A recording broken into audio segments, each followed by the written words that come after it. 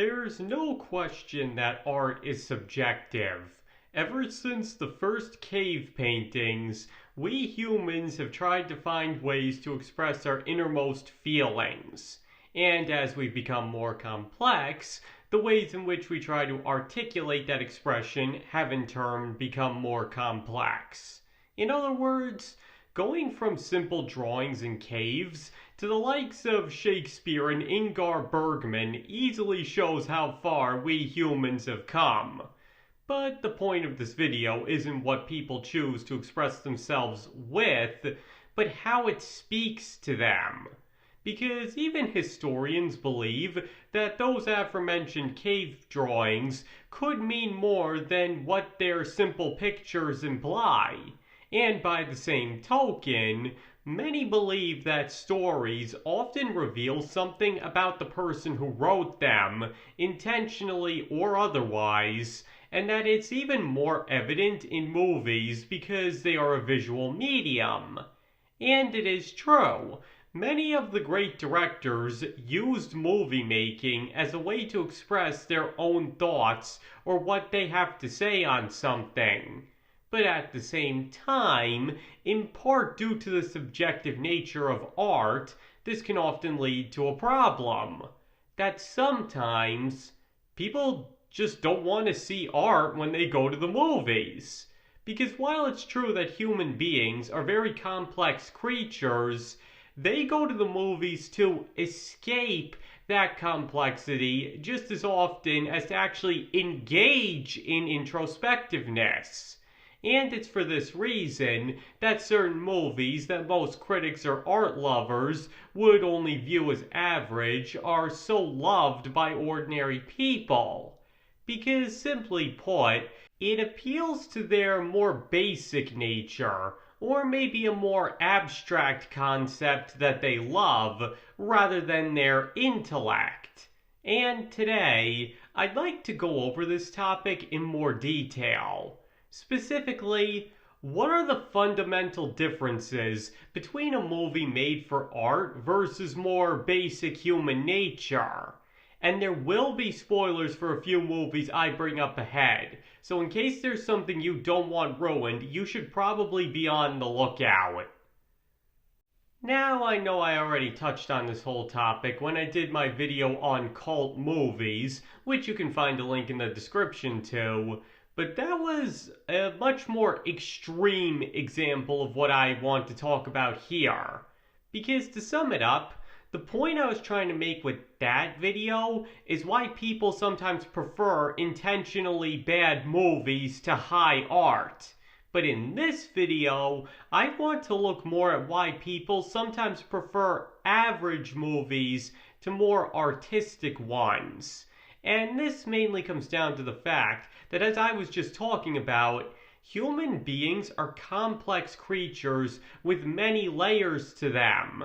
And as a result, different movies might appeal to them on different levels. To put it another way, when critics review a movie, they're doing it on pretty much one level only, which is, how artistic is it? Is it the most well-made it can be? Does the story check all of the boxes required to be considered the highest form of art possible? Now, while some will immediately note that this is why critically acclaimed movies always seem to be stuff nobody wants to see, because it's usually very boring, complex, and dark. But that's only partially true, because sometimes people might want to go see something that's intelligently made and gets them thinking. It's for that exact reason that the works of Ingmar Bergman, Akira Kurosawa, or Stanley Kubrick are still watched by most people today. I mean, there are obviously some that think 2001: A Space Odyssey, for example, is nothing but a boring, pretentious piece of meaninglessness. But everybody else engages with it specifically because it makes them feel existential, as if the answers to life's questions are lurking in it somewhere, just waiting to be discovered. But at the same time, these types of movies, the ones that critics are the most likely to praise, often come with two problems. With the first being the obvious issue that art is subjective. Just like with a painting, everybody can watch the same movie and take something different away from it. So it can be incredibly difficult to judge it objectively, no matter how hard one tries. Sure, you can judge how well made it is, because if it's not well scored, edited, filmed, and everything else involved in making a movie, then it's not going to be good by default. But when it does cover all the basics, that's when the interpretation and appeal of the general person can start to muddy the water on trying to judge it from an impartial standpoint. But the other issue is, as I already noted, that movies might appeal to people for reasons other than artistic worth. Because while any movie can technically be considered art, there are some that are obviously a lot more committed to that than others. And like I just said, because of that, there are movies that might not be very artistic, but appeal to people on other levels. And the whole action genre can be considered an example of this. Because let's face it, though there are of course exceptions, most action movies are not made to be the pinnacle of cinematic art, but instead fulfill the audience's desire for an adrenaline rush and a good time. And as a result, many an action movie that critics were not fans of ended up beloved with audiences, because while its artistic value was lacking, which is what critics would be judging it off of, it still succeeded in appealing to the human nature of the audience, which is something a lot more abstract. Though, to be fair, in this case even critics are usually willing to give them more slack in this department and judge them based on more general merits. So they are still apt to get their due credit at least some of the time. Or to use a more specific example of that, take Galaxy Quest. Because while this movie did get generally good reviews from critics and audiences, you'd find very few people who rank it as the best parody ever. All except Star Trek fans. To them, Galaxy Quest is probably one of the greatest movies ever made, period. And the reason for that is because it was made specifically for them. Because it could have told a more generalized story in order to have a wider appeal all around, but instead it committed to both being a parody and a love letter to Star Trek. So as a result, they are the ones who are most likely to appreciate it. As I touched on before, it forgoes being as artistic as it can in order to appeal to the more abstract concept of certain people, in this case being their undying love of Star Trek. So as a result, it's harder to truly appreciate the specific form of art it's being unless you happen to be a person that falls into that demographic.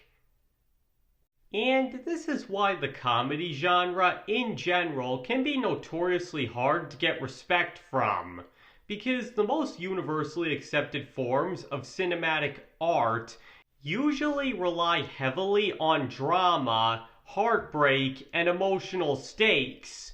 And comedy is pretty much the exact opposite of all these things, and moreover is an even more subjective form of art.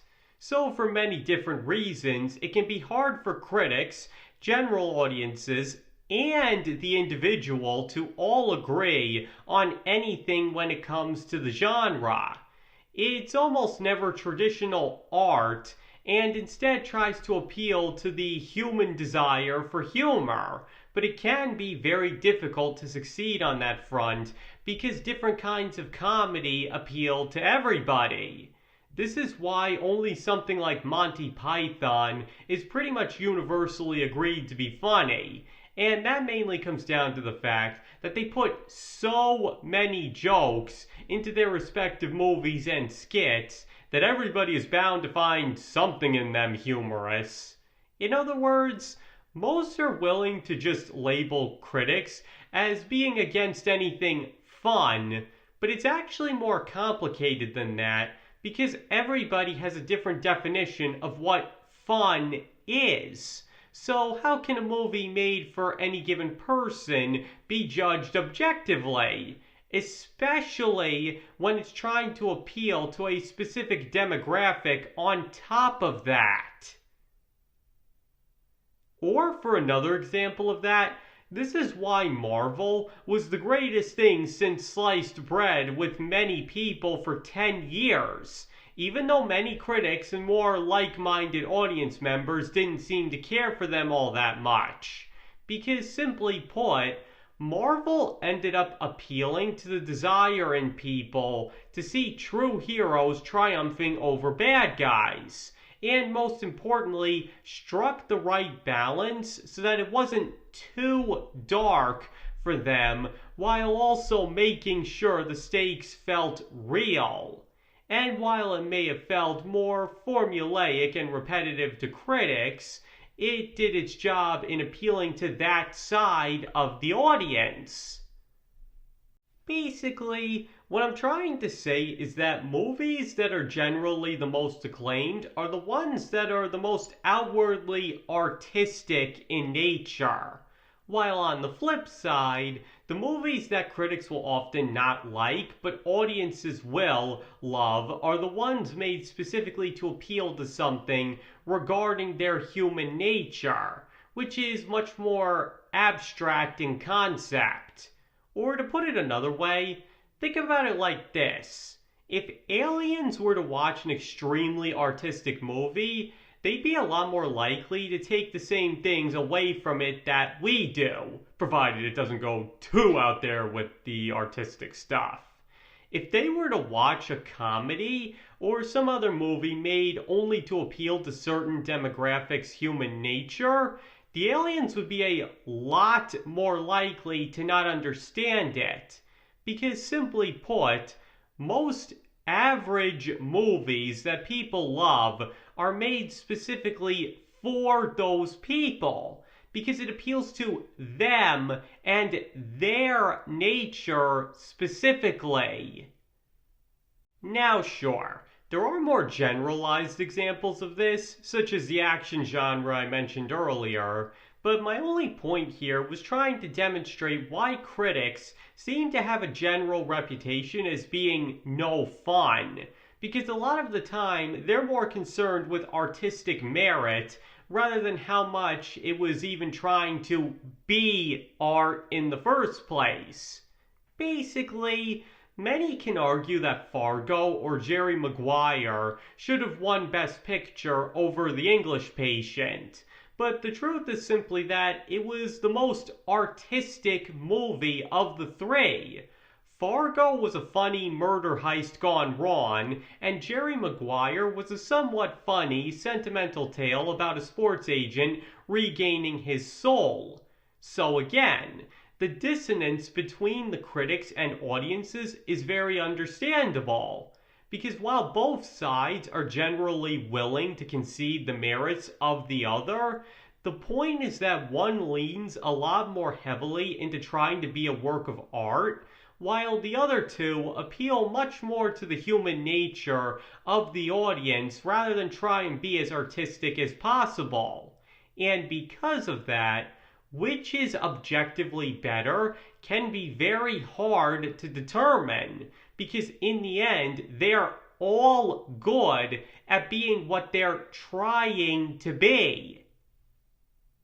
But on the bright side, this is why the movies that are the most universally considered the best of all time tend to also do the best job of appealing to both the artistic and human sides of people. Like The Godfather, for example, is very artistically made, but is also a very human movie in nature, which is why pretty much everybody can agree that it's a masterpiece. Because in the end, it's made so that it can appeal to everyone. Or on the flip side, Take something like the original Star Wars movie. Because again, pretty much anybody that doesn't hate science fiction on principle can agree that it's not only one of the best movies in the sci-fi genre, but is also one of the greatest in general. And the reason for this is because while it's obviously focused on the human side of things first, it's still made intelligently and artistically well enough to appeal to people looking for that sort of thing as well. And honestly, George Lucas deciding to do more with the movie than have it just be dumb action and special effects was honestly the best thing he could have done with it, as it allowed even the most artistic of people to take it seriously. And obviously there are other examples of this I could bring up, but I think I've made my point. To put it simply, as I said at the start, human beings are very complex creatures and have many different layers that can be appealed to in any given movie or other form of art. And on top of that, there's also that every person is going to have different things that appeal more to them than others, which is the main reason why art is so subjective. But because critics usually try to judge movies based off their artistic merits before anything, that's what can make it look like they're out of touch with the general audience. Because if a movie is made to be as artistic as possible, it's given a ton of praise by critics for accomplishing that task. But if a movie is made specifically to appeal to a certain demographic and not for art, and is successful on that front, it will inevitably not get nearly as much recognition. But whether or not that's actually fair is not something I'm really prepared to answer, as I'm simply trying to explain the difference between art and human nature, as well as the movies that appeal to both groups. Because in the end, one thing that's obvious is that there are very few movies that actually succeed in finding a happy medium between the two. Okay, I think I've spoken about this for long enough. And sorry if this video seemed a little confusing or all over the place. It's just that the subjective nature of art can be very difficult to explain, hence why I tried to go about it in a couple of different ways. But either way, now I'd like to hear what you guys think. Do you believe movies are better when they try to be more artistic or appeal more to specific aspects of human nature? Or are you really open-minded to anything so long as it's good? Please feel free to let me know in the comments below. And please remember that you do not have to agree with me on this video. You're entitled to your own opinion, and if you think I've got all of this completely wrong, that is absolutely fine. And thank you all for watching. I really greatly appreciate it, and I hope to see you all next time.